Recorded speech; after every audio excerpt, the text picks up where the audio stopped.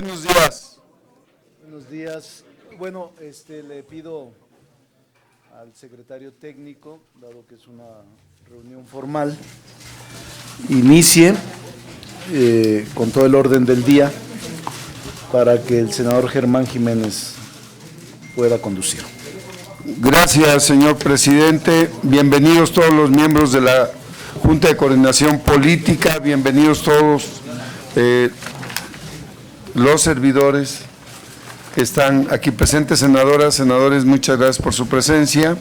Le voy a dar el uso de la palabra al senador Germán Martínez Cázares, coordinador de los trabajadores de estas iniciativas. Tiene usted el uso de la palabra, señor senador.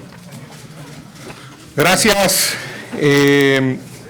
Con su permiso, presidenta, son bienvenidos los funcionarios federales. Quiero darle una especial bienvenida a la secretaria de Gobernación, a la ministra, senadora y compañera Olga Sánchez.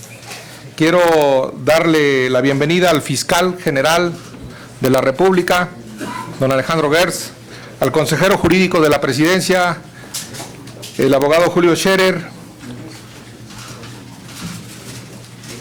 y iniciar estos trabajos tiene la Junta de Coordinación, les da la bienvenida, y la presidenta de la mesa directiva tiene la palabra, senadora Mónica Fernández Balboa.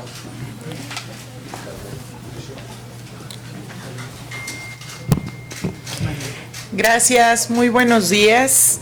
A nombre del Senado de la República le doy la más cordial bienvenida a la ministra, secretaria de Gobernación, senadora, nuestra amiga Olga Sánchez Cordero, al doctor Alejandro Gertz Manero, fiscal general de la República, al licenciado Julio Scherer, consejero jurídico del Ejecutivo Federal, y saludo también al senador Ricardo Monreal Ávila, presidente de la Junta de Coordinación Política, así como a los coordinadores de los grupos parlamentarios de este Senado y a nuestras senadoras y senadores integrantes del mismo.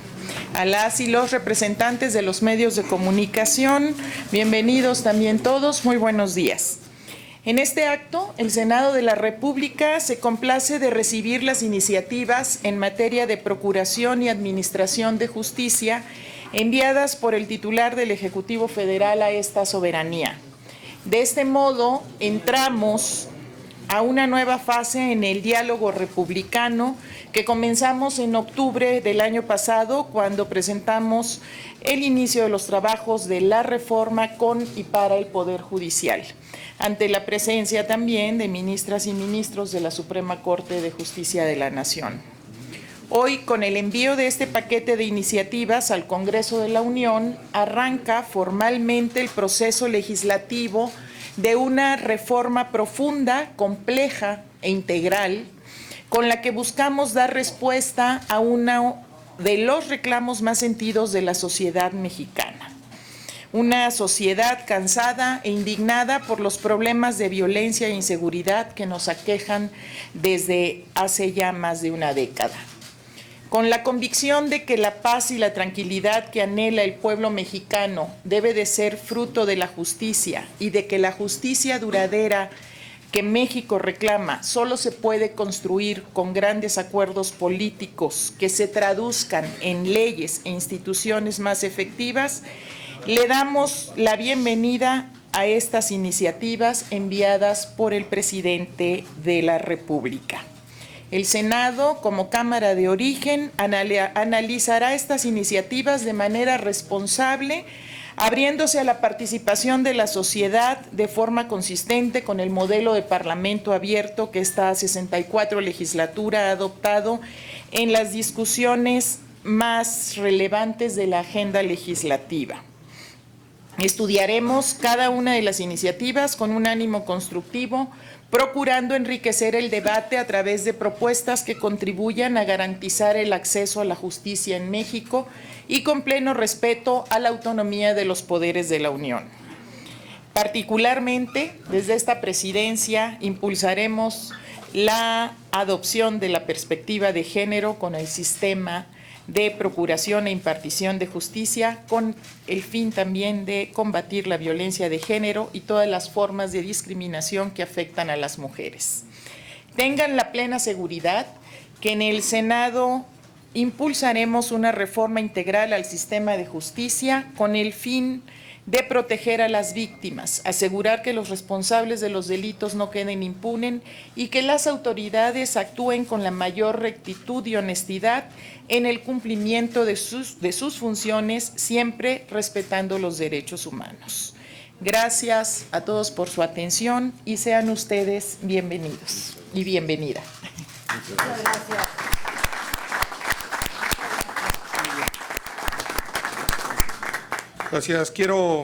Gracias, Presidenta. Quiero dar la bienvenida al doctor Rafael Guerra Álvarez, presidente del Tribunal Superior de Justicia de la Ciudad de México, al doctor Héctor Herrera Ordóñez, presidente de la Barra Mexicana Colegio de Abogados, al maestro Víctor Olea Pérez, vicepresidente de la Barra Mexicana Colegio de Abogados, al licenciado Arturo Pueblita Fernández, vicepresidente del Ilustre y Nacional Colegio de Abogados de México, y al licenciado Adrián Franco Cebada, secretario del Ilustre y Nacional Colegio de Abogados de México. Tiene la palabra en el orden del día ordenado por la Junta de Coordinación. En este momento, la secretaria de Gobernación, doña Olga Sánchez Cordero, por favor. Muchísimas gracias.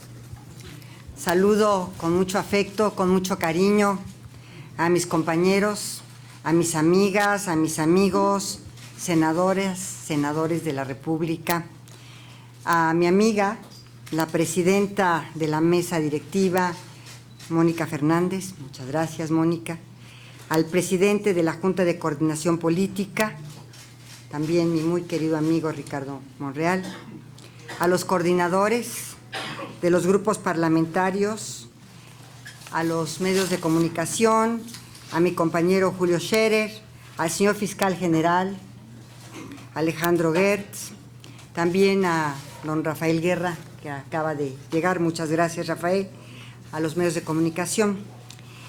Para el gobierno federal y para la Secretaría a mi cargo, es fundamental el fortalecimiento del sistema de justicia, tanto en la procuración cuanto en la impartición. Por eso, deseo que este esfuerzo sea el inicio conjunto de poderes para buscar soluciones y mecanismos que consideran a las instituciones de justicia los temas más sensibles para nuestra población. Por ello, dentro de la Secretaría de Gobernación hemos creado la Unidad de Fortalecimiento al Sistema de Justicia y estamos atendiendo a través de nuestras mesas de justicia los casos que nos han estado llegando, que ya son casi 2,000, los estamos acompañando y en los que ha sido necesario estamos asesorando a los justiciables para evitar injusticias y ayudar a los más desprotegidos. Es un compromiso institucional, pero es un compromiso también personal, este fortalecimiento a las instituciones de justicia. En el gobierno federal estaremos atentos al estudio y al análisis de lo que se ha presentado, a la espera de que, con pleno respeto a la independencia de poderes, tengamos en conjunto un sistema que atienda a plenitud las necesidades de justicia que debe existir en nuestro país. Deseamos que la discusión sea prolífica, que se genere el debate, que se discuta y que se llegue a la mejor construcción normativa. Estoy cierta que los proyectos que se presentan el día de hoy permitirán al Senado y en su momento a la Cámara de Diputados cumplir con estos objetivos. Abrir el debate plural entre todas las fuerzas políticas que están aquí representadas. Sin duda, el fortalecimiento del sistema de justicia y de las garantías penales es de extrema importancia para vivir en un Estado de Derecho y es muy, muy importante para el Estado mexicano y para la Cuarta Transformación. Muchas gracias.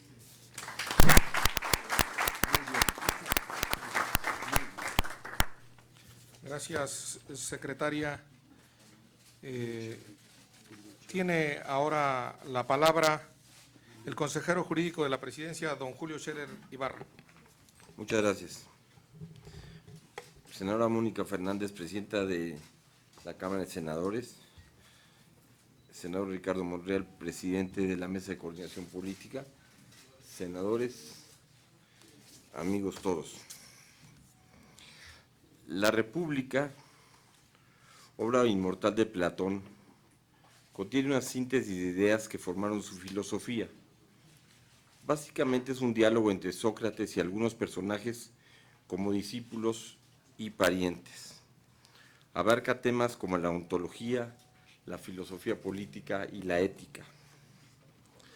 La importancia de la República radica en no ofrecer respuestas ni proponer soluciones a problemas específicos de gobierno, sino poner en relieve dudas y angustias esenciales. El escrito de Platón se ocupa primordialmente de la justicia y del proyecto de una polis o ciudad ideal regida por principios y por valores. Antes de discurrir acerca del hombre justo y del injusto, y por ende del concepto de justicia, Sócrates propone investigar el concepto de una sociedad justa y una injusta. El eje de los diálogos en la República gira en torno a que, si contempláramos sin perjuicios cómo nace una ciudad, podríamos observar también cómo se desarrollan con ella la justicia y la injusticia. La conclusión, que no es tal en realidad, resultaba dramática al no considerar a ninguno de los regímenes de la época adecuado para gobernar sabiamente. Si toda forma de gobierno es de algún modo adversa, si ninguna sociedad puede ufanarse de ser ética y moralmente perfecta, si la política se torna despiadadamente una actividad infame, si toda actividad colectiva se reduce a mezquindad o a indignidad individual, ¿qué posibilidad tenemos de vivir en paz y armonía, respetándonos y cuidándonos entre todos? En realidad, la mayoría de nosotros, incluso cometiendo injusticias, sabemos, como Sócrates y sus interlocutores, qué es justo y qué no lo es. Lo que debe hacerse y lo que no debe hacerse no son abstracciones. Deben traducirse en el ejercicio de la voluntad y de la conciencia. Lo que ignoramos es cómo ser justos en todo momento y circunstancia, en conjunto, como sociedad y cada uno por su parte, y cómo debemos protegernos entre todos. Miramos a la justicia hoy en día como una serie de valores esenciales sobre los cuales deben establecerse sociedad y Estado. Estos valores son el respeto, la equidad, la igualdad y la libertad. La justicia en sentido formal puede definirse como el conjunto de normas codificadas aplicadas por jueces sobre las cuales el Estado imparte justicia cuando éstas son violadas, suprimiendo la acción o inacción que generó la afectación del bien común. Los problemas del mundo, sus dudas e inconsistencias siguen siendo los mismos a través de los siglos. De la Grecia clásica, vuelvo la mirada a la realidad nacional.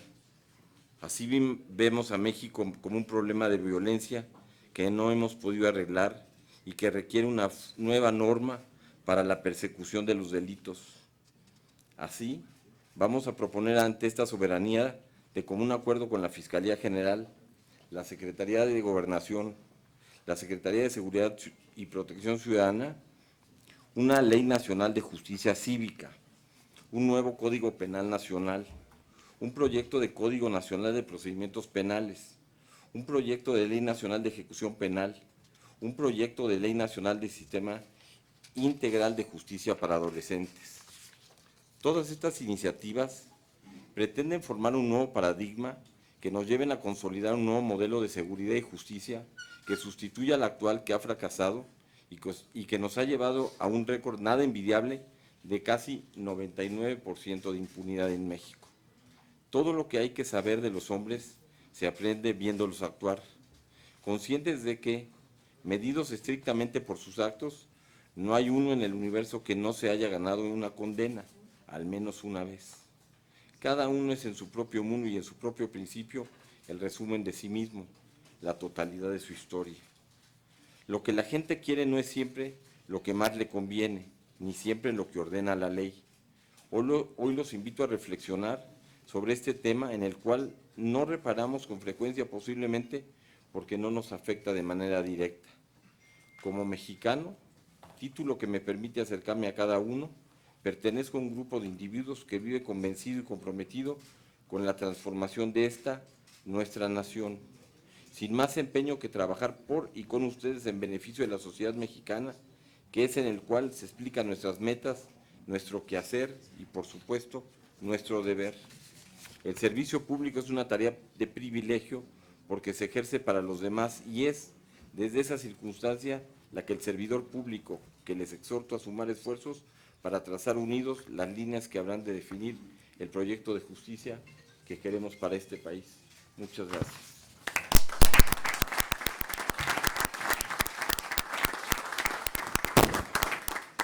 Muchas gracias, consejero. Quiero, a nombre de la Junta, agradecer la presencia y mencionar a mis compañeros que están relacionados con estos temas, que reciben estos documentos y que los trabajarán y los analizarán. Los que están aquí presentes, quiero agradecer al senador Ramírez de Chiapas, al senador Añorbe de Guerrero, a la senadora, al senador Narro de Zacatecas, senadora Antares de Guanajuato, a la senadora Naya de Zacatecas, a la senadora Trasviña de Baja California Sur, al senador Cepeda de Sonora, a la senadora Rivera de Tlaxcala, al senador Arias de Michoacán, a la senadora de la Sierra de Puebla, al senador Bolaños de Oaxaca, a la senadora Ruiz Massieu de la Ciudad de México, al senador Menchaca de Hidalgo, a la senadora Vázquez Mota de la Ciudad de México, a la senadora Murguía de Querétaro, al senador Cruz Pérez Cuellar de Chihuahua, a la senadora Astorga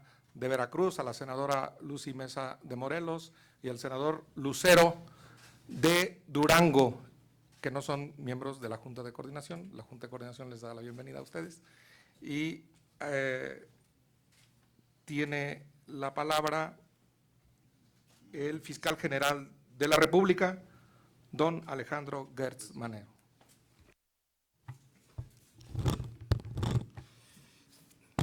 Señora Presidenta, señor Presidente, señoras y señores senadores, señoras y señores, muchas gracias.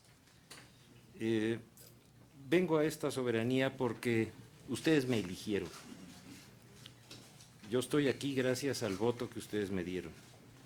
Mi obligación es darles cuenta a ustedes e informarles de mi trabajo y de los temas que están a mi cargo.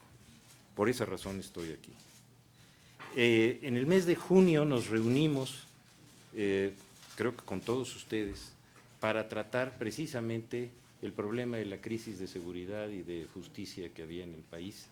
Y yo les hice una promesa de que iba yo a trabajar con todos los quienes pudieran acercarme información y datos y capacidad técnica y jurídica para poder ir generando un proyecto que realmente diera una respuesta global a un problema que es de carácter también global.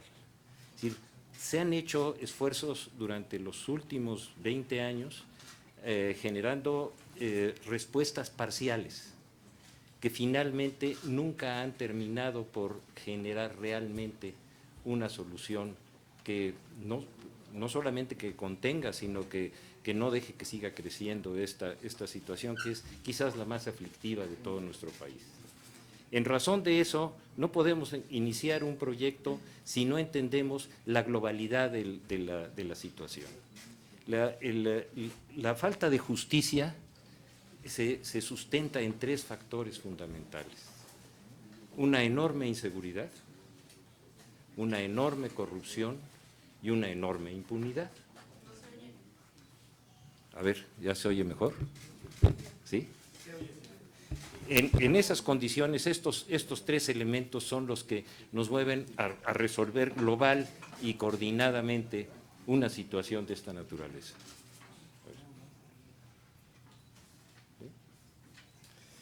¿Qué es lo que nosotros hemos visto? Que el fenómeno criminal que comienza en la inseguridad más elemental cotidiana que vivimos todos los mexicanos, se vincula inmediatamente con estos elementos, se vincula con la procuración y con la impartición de justicia y con la prevención y readaptación social. Entonces, si no hacemos un proyecto completo que vea y que analice con claridad dónde comienza el fenómeno delictivo y cómo lo vamos a poder detener, nos va a volver a pasar lo mismo. Si ustedes ven la cantidad de reformas y de leyes que se han hecho en los últimos 20 años en esta materia, se sorprenderían. ¿Por qué? Porque es tal el número que se ha hecho como el número de problemas que se han multiplicado. Quiere decir que eso no funciona. En atención a todo esto, nosotros tenemos la convicción absoluta que el delito y la seguridad tienen que detenerse en el momento de que son un germen, en el momento de que comienza el problema en la vida cotidiana de cada uno de nosotros. Cuando un Estado no tiene control sobre su territorio y hay otro grupo que hace funciones de poder dentro de un territorio, ese territorio está perdido para la comunidad y perdido para el Estado. Entonces, ahí es donde debemos de dar el primer esfuerzo. Ese primer esfuerzo tiene que ser una ley que defienda a la vida cotidiana de todos los mexicanos en todos los municipios y en todos los estados del país, con un criterio general de aplicación, pero con una competencia local de cumplimiento de funciones. Tenemos ejemplos en la legislatura mexicana, por ejemplo, la Ley Federal del Trabajo, que es una ley de carácter federal y que se aplica para efectos locales en cada una de las localidades y en cada uno de los estados de la República. Entonces, con esa idea, nosotros iniciamos nuestro proyecto con la Ley de Justicia Cívica para ir de ahí al Código Penal, después el procedimiento para poder aplicar el derecho positivo y después cómo vamos a manejar las sanciones en este sentido. Entonces, yo quisiera darles a ustedes, si me lo permiten, una idea de cómo estamos planteando estos aspectos fundamentales. Primero, en la Ley de Justicia Cívica. Esta ley pretende lo siguiente: la prevención de la delincuencia desde su inicio, protegiendo la convivencia cotidiana frente al asedio de la delincuencia común y de su colusión con policías y funcionarios municipales. Habrá de priorizar la reparación inmediata del daño con la obligación del Estado de repararlo en los casos de las personas más vulnerables. Este es un aspecto fundamental para todos los que sufren diariamente el delito. Y déjenme decirles, de los 33 millones de delitos que se producen al año, el 90% están en contra de las gentes más desprotegidas del país. Y de ellos, el 90% son temas de carácter económico que no pasan de 10,000 pesos. El Estado tiene que hacerse cargo, porque esa es su función primaria, de reparar el daño cuando no lo repara el causante. Después promoverá el trabajo comunitario para fortalecer las redes sociales y los valores cívicos. Las multas se vuelven una especie de subasta, de que yo pago una multa pero no me comprometo con lo que hice. El trabajo comunitario significa entender el daño que se le causa a la comunidad y cómo se tiene que reparar con una conducta personal que le dé tanto a la víctima como a la propia comunidad la reparación que necesita. Y establecer la diferencia toral entre los primodelincuentes que todavía son rescatables frente a los habituales y reincidentes que deben de ser sometidos a sanciones penales eficaces. Es decir, ¿qué es lo que sucede? Que en la primera instancia donde realmente es donde se debe de contener al delito, no hay una sanción que prevenga y otra que identifique al que está delinquiendo ya en forma habitual para que pase de una justicia cívica a una justicia penal. Porque si no, nos pasa que los que se roban un país pueden andar en la calle y los que se roban 20 pesos se tienen que pasar el resto de su vida en una cárcel. Eso es verdaderamente lo más perverso que se puede ocurrir y eso es lo que nos pasa en este país. Estas son las bases fundamentales de la Ley de Justicia Cívica.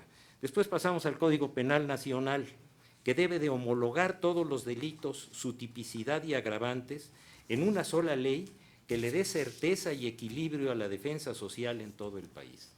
No podemos tener 32 códigos porque al final de cuentas, si no hay una homologación de defensa social, no puede haber tampoco una homologación de defensa de cada una de las personas.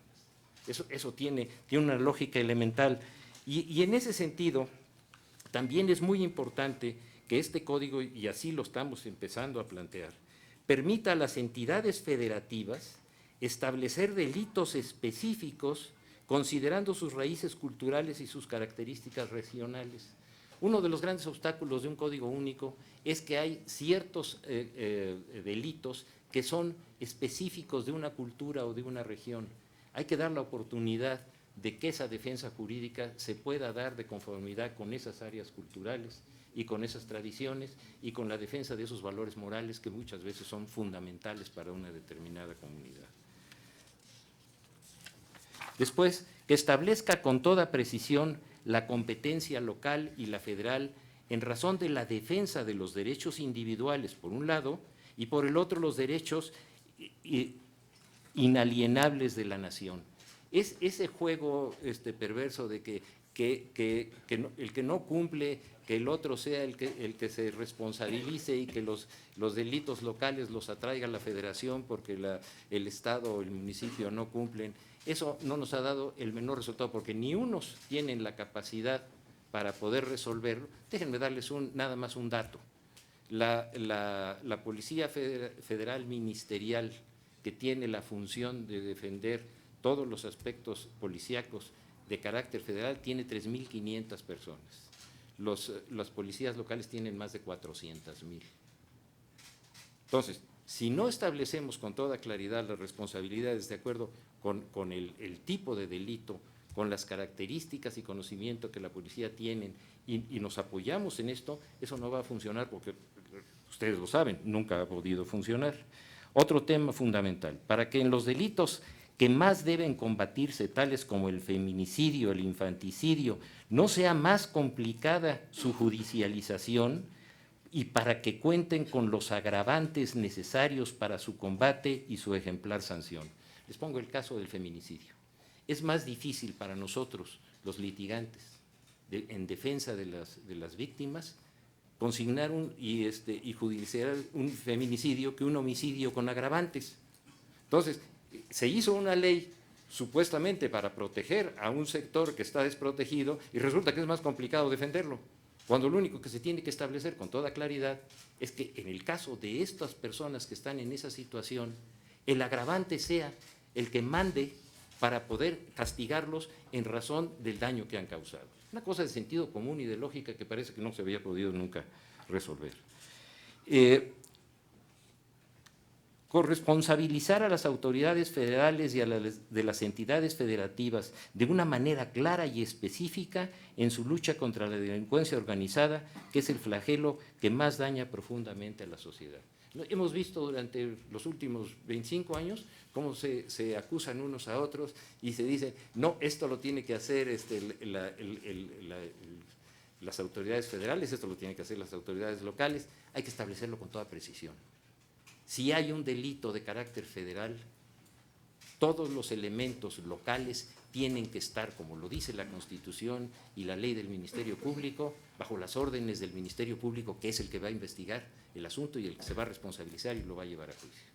Y establecerlo con toda claridad, para que no se vuelva un asunto de carácter político en el cual se están mandando y jaloneando con los temas de competencia, con los resultados que ya conocemos. Entonces, teniendo esas bases, quiero hablarles del Código de Procedimientos Penales. Se hizo, como ustedes saben, un código único, que era un poco contradictorio. Es un código único para manejar 30 y tantos códigos individuales, es decir, el derecho positivo totalmente segmentado y el derecho jurisdiccional en uno solo. Eso no funcionaba, tiene que ser armónico. Se hizo un gran esfuerzo, y así se hizo público también, que con la compactación y con la presencia del juez y con la transparencia se iba a resolver el problema de la criminalidad. Lo han tenido que confesar o lo han tenido que reconocer, y aquí hay funcionarios que lo han dicho con mucha claridad, que se creó lo que se llama una puerta giratoria. Y entonces, por un lado entraban y por ese mismo salían, se multiplicó el número de delincuentes, algunas cárceles redujeron su número de personas en ellas, pero multiplicaron su daño a la sociedad. Es decir, el sistema, en lugar de mejorar, se complicó. Tenemos también, y eso hay que conservarlo, la oralidad, la transparencia y realmente tener una compactación. Resulta que ahora tenemos un ministerio público y luego tenemos como 4 jueces distintos que nos van manejando los asuntos en forma secuencial, cuando lo que tenemos es que fortalecer a los jueces. No generar una distorsión y una multiplicación del número de juzgadores, porque finalmente eso, y lo estamos viendo también, nos ha dado los resultados que ustedes conocen. Proteger a las víctimas para que aquel que conozca de un delito, fundamentalmente la policía y la autoridad, puedan denunciarlo con toda fortaleza. Los que tenemos experiencia como abogados sabemos que un policía llega, presenta a alguien que acaba de robar, dice, ¿no viene parte acusadora? Que se vaya. No, pues la parte acusadora soy yo, soy el policía, lo acabo de ver, vi lo que le pasó, esta pobre señora está enferma, se fue a su casa, y ahí se pierde el procedimiento. Otro aspecto que es fundamental, es decir, que es el debido proceso. ¿Cuántas veces estamos viendo en esta ocasión que porque un policía no cumplió con los requisitos rigurosos de su documentación, ponen en libertad a un delincuente? No, deben de castigar al policía y deben de reponer el procedimiento, pero no darle impunidad al delincuente. Eso no tiene sentido. Es algo de lógica elemental. Entonces, en este código también tenemos algo que es muy importante. La prescripción. La prescripción debe de defender a la víctima, no al victimario. Y en los delitos que dañan a la sociedad no debe de haber prescripción. Así de claridad. Tercero, que es también fundamental, el monopolio de la acción penal solamente para la defensa de los intereses de la nación y del Estado. El resto, que tengamos las víctimas el derecho de ir ante un juez, que no tengamos un tutor obligatorio. Eso va contra los derechos más elementales de un ser humano. Nada más plantear que en materia penal la víctima no es parte, porque el Ministerio Público es la parte, es una ofensa verdaderamente incalificable. Que el Ministerio Público sea auxiliar del que lo necesite, que el Ministerio Público actúe como lo manden los jueces, que el Ministerio Público defienda los intereses de la nación y los intereses de la comunidad, pero que los particulares podamos ir ante los jueces a defendernos. Eso es fundamental.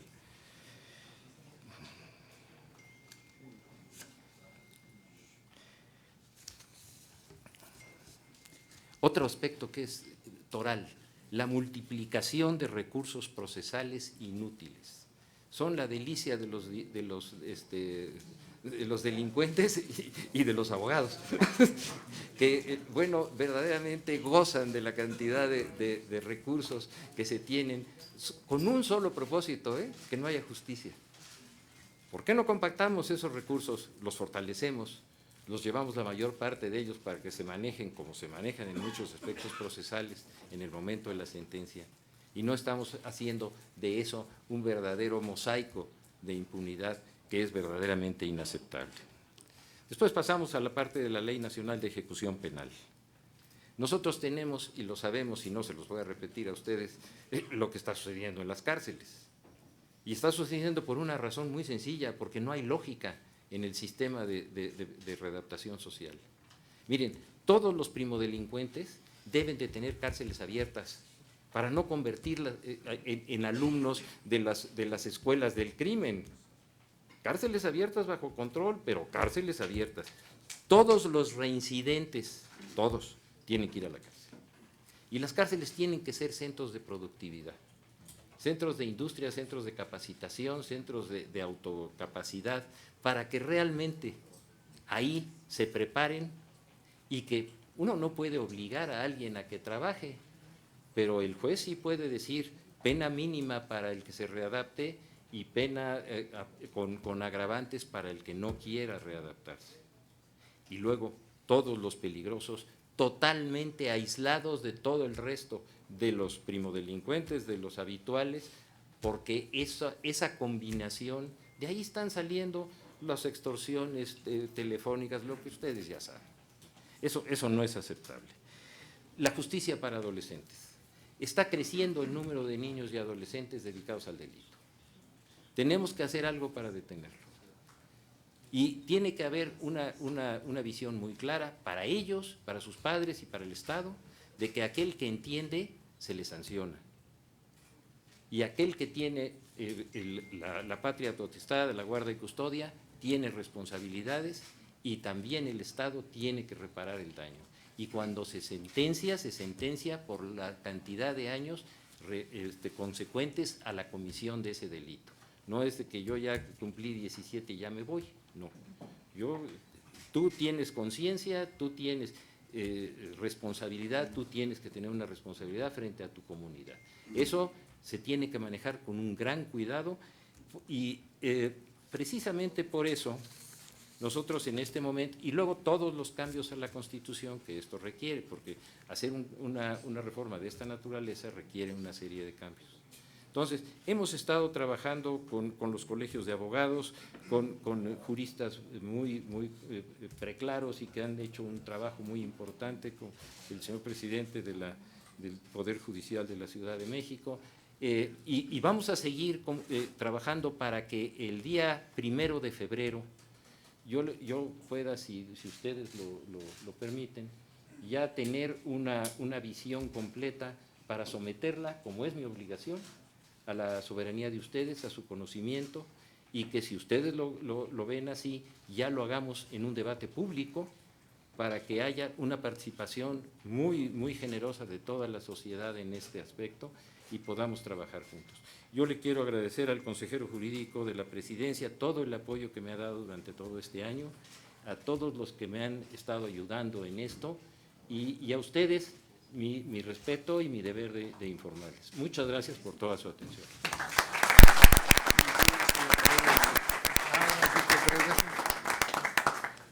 Tiene la palabra el presidente de la Junta de Coordinación Política, el senador Monreal Ávila. Muchas gracias. Quiero primeramente darles la bienvenida a la representación del Ejecutivo Federal encabezada por la Secretaria de Gobernación, la doctora Olga Sánchez Cordero. Bienvenida. Muchas gracias. Quiero también al mismo tiempo darle la bienvenida al consejero jurídico. Bienvenido, Julio, siempre con mucha atención y respeto hacia ti. Y al fiscal general de la Nación, Alejandro Gersmanero. También aclaro que están todos los coordinadores, porque hay mucho interés en el tema. Está el senador Mauricio Curi, coordinador del Partido Acción Nacional. Está el senador Miguel Ángel Osorio Chong, coordinador del grupo parlamentario del PRI.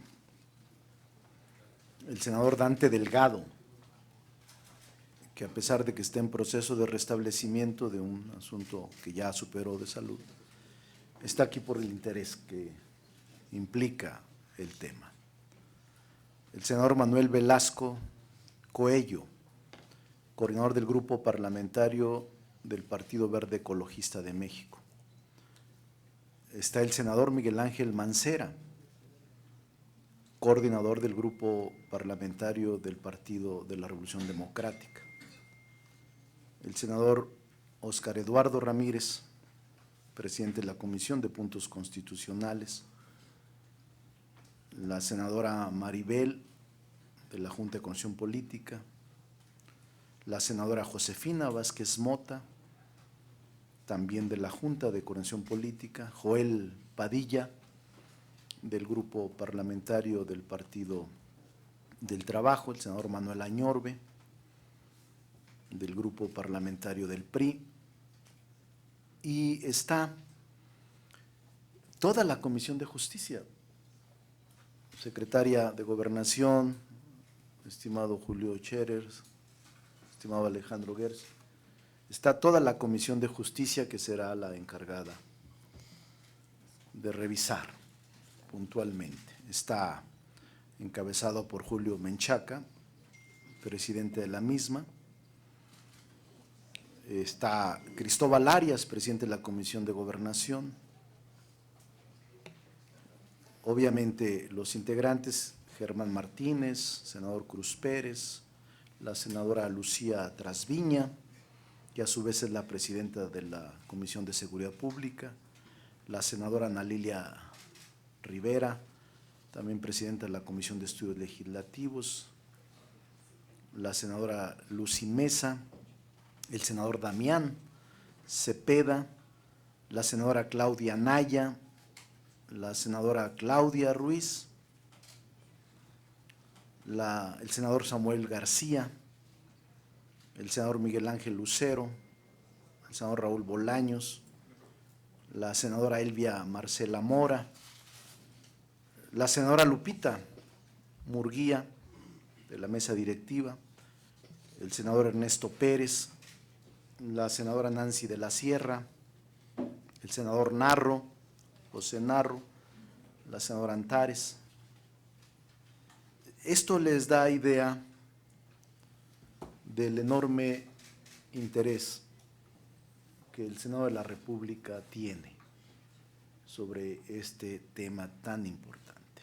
Y agradecemos la presencia de Rafael Guerra, presidente del Tribunal Superior de Justicia, y de quienes representan a los abogados, a la barra, al colegio, a Héctor Herrera, a Víctor Olea, a Arturo Pueblita, a Adrián Franco.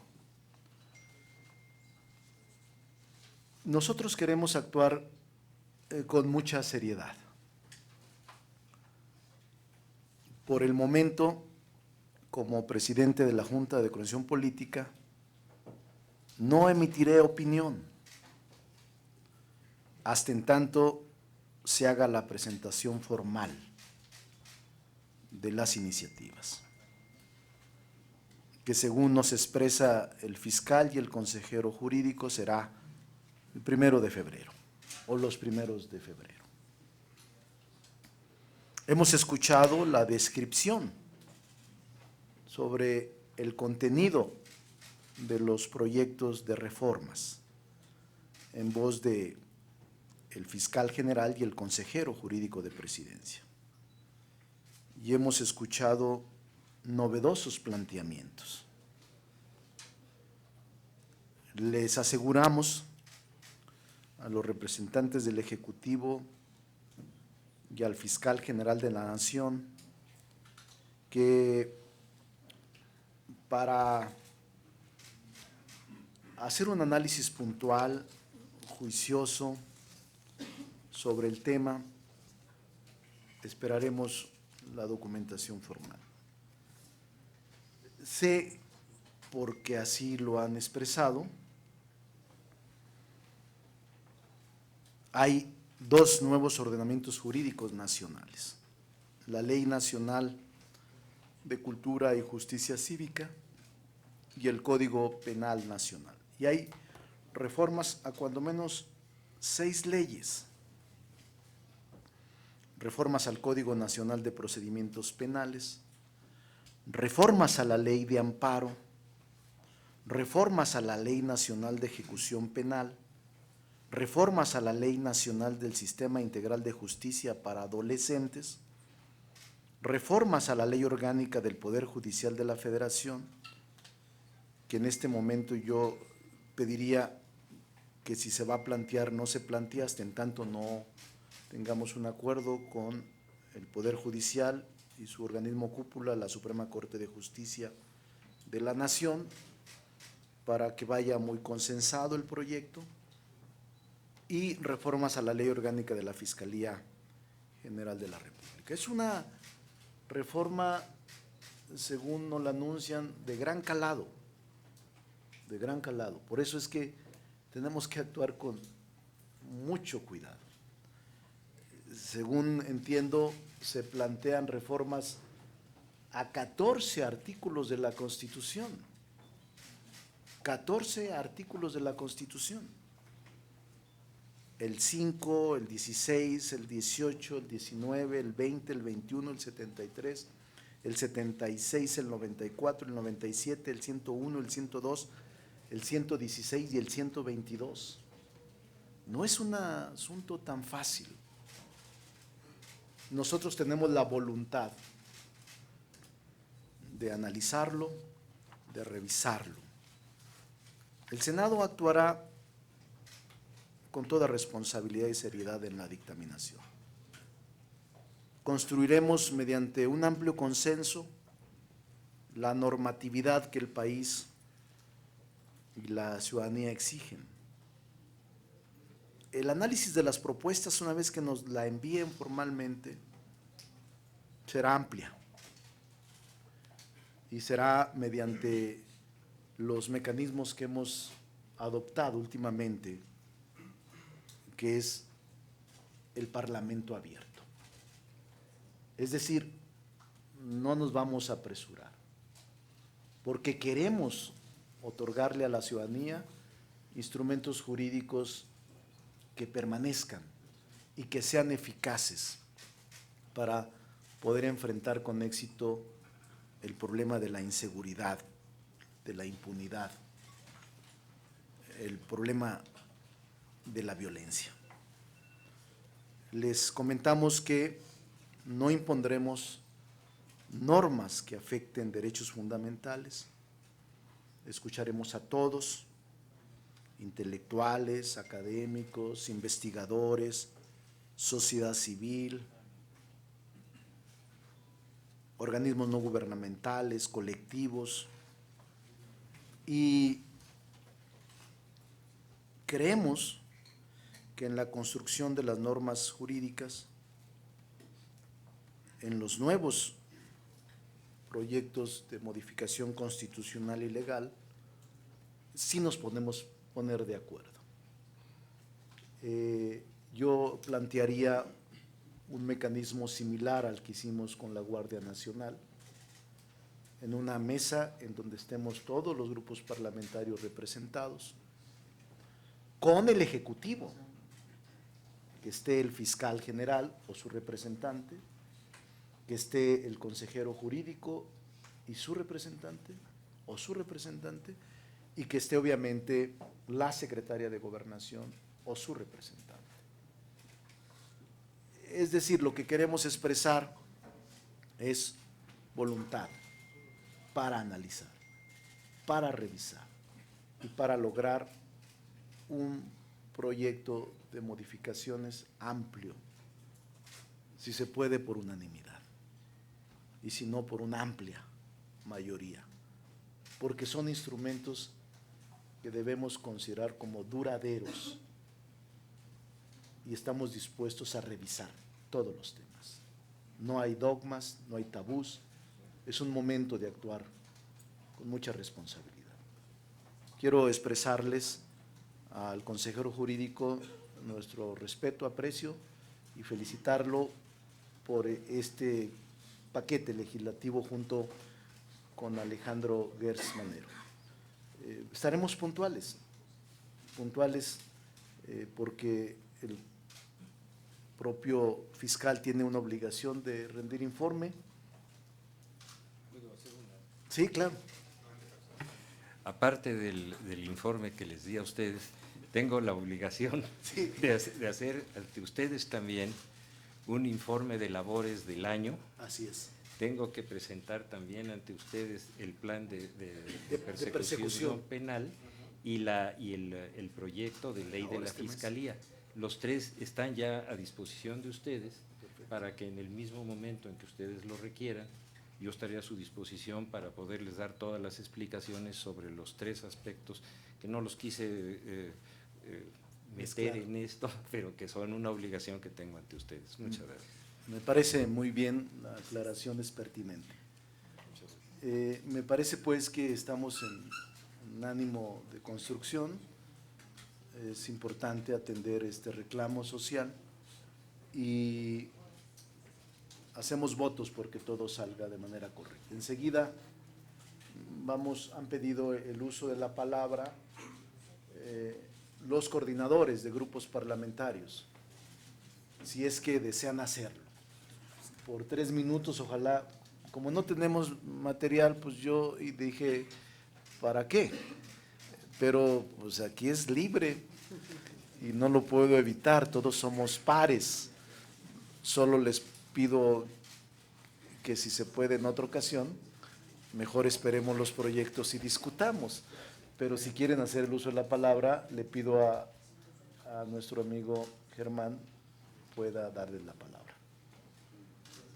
Les pregunto si alguno de los coordinadores, miembros de la Junta de Coordinación Política, desean hacer uso de la palabra. Levanten la mano. No, presidente, ninguno. Actuaron con sensatez, porque este Senado es muy sensato. Son muy sensatas y muy sensatos, y para tener el caldo de pollo hay que tener pollo. Entonces vamos a empezar. El día primero nos envían todo el material, hoy está el informe, y muchas gracias a nuestros invitados. Muchas gracias, secretaria de Gobernación, que ya le extrañábamos y que la queremos mucho. Muy bien. Actuaron con sensatez. Mi querido Mauricio Curi.